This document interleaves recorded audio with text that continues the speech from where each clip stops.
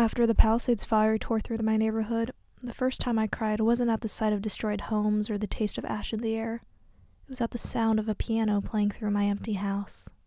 My name is Zacharie, and ever since I had woken up to a fire evacuation order in January, I've been stuck in a daze. Could you blame me? Between moving 7 times, worrying about insurance, and cleaning my ash-covered clothes and belongings, I was busy. All of that on top of the normal teenage stressors of schoolwork, relationships, and exams. Yeah, no. I didn't get or give myself much of a break. I was going through the motions until one night, about 6 months after the fire.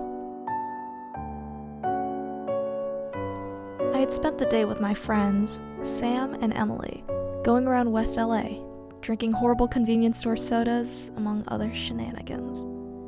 And at about 9 p.m., outside an ice cream shop in Sawtelle, I was struck with a brilliant idea of taking my friends to the Pacific Palisades, to where my house was, finally cleared of ash and almost ready for my family to move back into.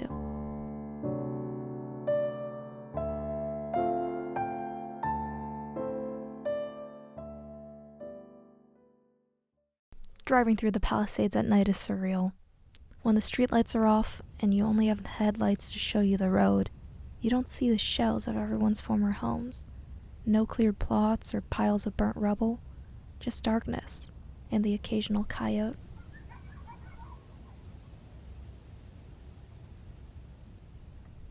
So we get out of the car, I fumble with the lock of the old door, and we get inside my place.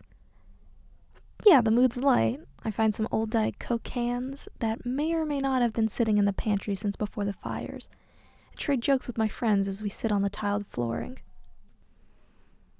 Our house has a shiny baby black grand piano in the family room.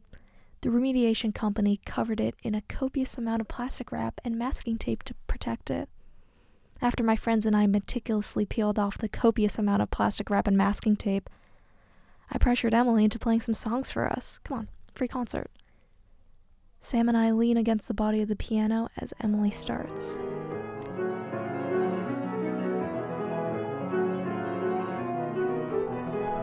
We were mostly goofing off before, sure, but the music made me take pause.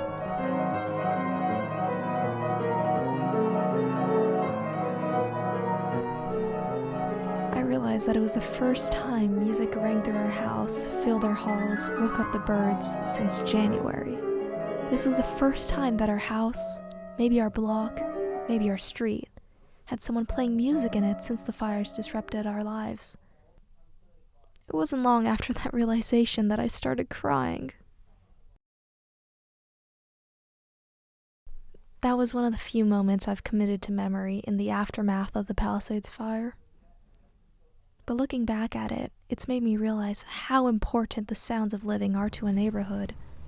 Your next-door neighbor practicing guitar, or the dog barking at a squirrel on the street, and even the booming wind blowers are all evidence that a space is alive, home to other people, to your community. After all, what is music but the most beautiful sound of living? One of the most resonant proofs of humanity.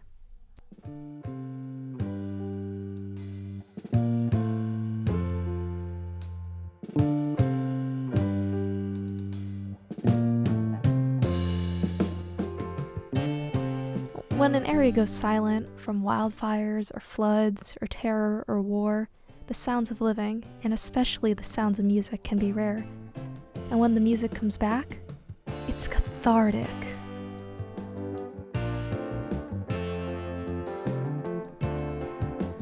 My family is back in our house, but the neighborhood is different. Only about half of the houses survived, and repopulation is slow. I would love nothing more than to hear more sounds of life up here again. But for now, my family is back, and between me practicing for my school's jazz band on my bass guitar, my father working his way through Billy Joel's discography on our piano, no longer covered in a copious amount of plastic wrap, we're doing our part.